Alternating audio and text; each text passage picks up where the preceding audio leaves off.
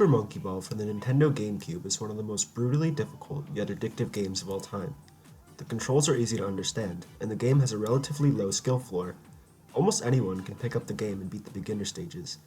Yet the game is notorious for its insanely high skill ceiling, coupled with its intense difficulty curve in its expert levels. Every time you think you have mastered the game, a new stage comes along and challenges your skills. The game has an arcade-like style of gameplay, with quick level transitions, a time limit, and bonus points for collectibles and going fast. It keeps track of high scores to further the style. You start off with 3 lives, but collecting 100 bananas nets you an extra life. The game has 3 difficulties: beginner, advanced, and expert. Each difficulty also has a set of extra stages, each being unlocked by beating the respective difficulty without losing a life, or a continue in the case of expert. This requires an internalization of the game's mechanics and feel, as well as near perfection on each level. Getting to the expert extra stages is quite the daunting task, as expert not only has the hardest set of levels, but also the most at 50, compared with beginner's 10 and advance's 30. In expert, unlike in beginner and advance, you can afford to lose some lives, but starting with 3 lives and 50 of the hardest levels the game has to offer is still quite difficult. Due to this minor difference in gameplay, expert actually incentivizes banana collecting when attempting to reach the extra stages. Unlike beginner and advanced, you can afford to die, and collecting 100 bananas gives you an extra attempt. Over the course of 50 levels, there are many more opportunities to collect bananas, and in this case, an extra attempt can be the difference between glorious success and crippling defeat.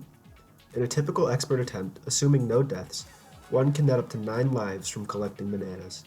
What makes this more interesting is that the paths with the most bananas are typically the most risky, meaning that going for them incentivizes riskier gameplay, which can help to hone your skill further. I failed to mention, as of yet, the 4th hidden difficulty, Master. Master is unlocked by beating the expert extra stages without losing a continue. There are 10 extra stages in expert, with some quite difficult. You keep the amount of lives you have when exiting the expert stages, so by the time you get here, you could have anywhere from 1 to 9 lives. If you're attempting to reach Master and have made it this far, these 10 stages can be some of the most nerve-wracking moments the game has to offer, even if many of the stages are not that much more difficult than the expert stages. Arguably the hardest stage is Extra 9, a series of hemispherical steps that get smaller and smaller. To reach the goal requires precise control over the speed at which you go down the steps. There is a precise setup you can use though, eliminating a lot of the stress. If you can beat these 10 stages without a continue, you can finally play the Master stages. The Master stages are easily the most difficult stages the series has to offer. These 10 stages are designed to be the most difficult challenge the game has, and for good reason. If you manage to reach these stages, you probably want to be challenged. I want to talk about one stage in particular though. I want to talk about a stage which perfectly encapsulates Super Monkey Ball's design philosophy, and that challenges the player to an absurd degree. It is everything that a difficult stage should be. But before that, I want to talk in general about the design of the Master stages leading up to it. Overall, the theme of the Master stages is movement. In Master stages 1 through 8, there is some kind of fast-moving, dynamic set piece. There are instances of movement in some expert levels, for sure, but here, the movement is dialed up to 11. You can see this the moment you reach Master 1, a series of fast-moving rectangular platforms. It looks chaotic and almost random. Observing it for a little while, one can easily notice a pattern. There is a window of time where each platform touches, and if you go at just the right speed, you can ride the platforms to the goal. This sets the stage for the theme of the Master stages. Order from chaos. Every single stage from Master 1 to 8 has a large variety of quick-moving pieces, which must be analyzed by trial and error to determine the best way to navigate through them. It's insanely rewarding to figure out how exactly to go through the pure chaos of stages like Master 8 with its moving pegs, or Master 6 with its rotating dodecahedron. Everything in Super Monkey Ball moves in cycles, meaning there's no randomness to any of the movement, allowing for the player to learn the stage and making victory feel amazing. Deaths due to moving set pieces can feel cheap or unfair, but because the set pieces move in a consistent manner, learning how to properly navigate the treacherous terrain is where the most fun comes from. By the time you reach Master 8, you are in the mindset of movement and analyzing the stage. This is all turned on its head for Master 9. If there was any theme besides movement that the Master stages have, it's size. Master 1 through 8 contains some of the largest stages in the game. The goal is often extremely far from the start of the level. This is most notable in stages like Master 1 and 4. Then Master 9 comes around, and it is the antithesis to what each stage before has set up. Master 9 is a series of 90-degree bends. There's no movement, and it is contained in an area almost the same size as Beginner 1. At a glance, it almost looks laughably easy. The level is extremely small, yet in practice, it's one of the most fiendish levels the series has ever devised. The stage is very rigid, with no curves to speak of. There's just those 90-degree bends. In addition, with every turn, the wire between each bend gets thinner and thinner. At each junction, you're given a small platform to turn on. This too decreases in size at each turn. If you have played the game long enough to reach here, almost no other stage feels like this one.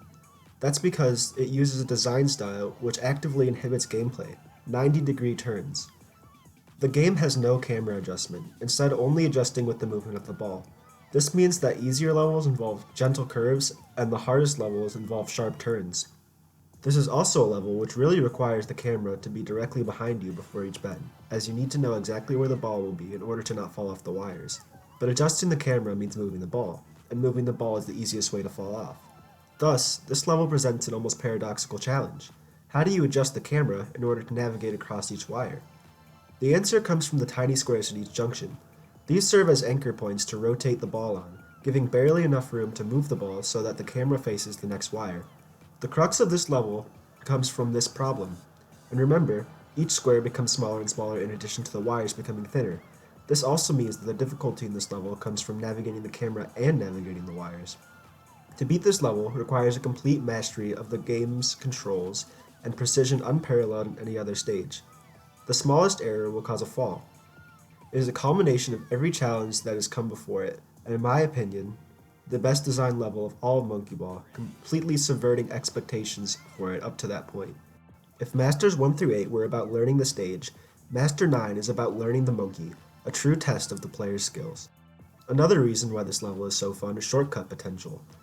The best Monkey Ball levels have some sort of shortcut, which is more difficult than the intended way to beat the level, but much faster. There are a couple in this level. Going full speed at the bend towards the goal allows you to clip the side of the next platform, skipping a bend. You can also do this towards the goal platform, but because the wire is much thinner, it's extremely difficult.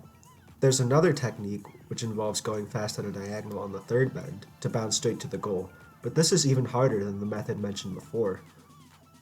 Through all of this, you might be wondering what Master 10 is, the final master level. It's just a giant ii that moves. It's difficult to learn, but honestly, they should have swapped Master 9 and 10. Historically, this would have made more sense too, as Master 9 was originally the only level on the arcade release. Overall though, Master 9 is in my opinion, the pinnacle of Monkey Ball's game design. Thanks for watching.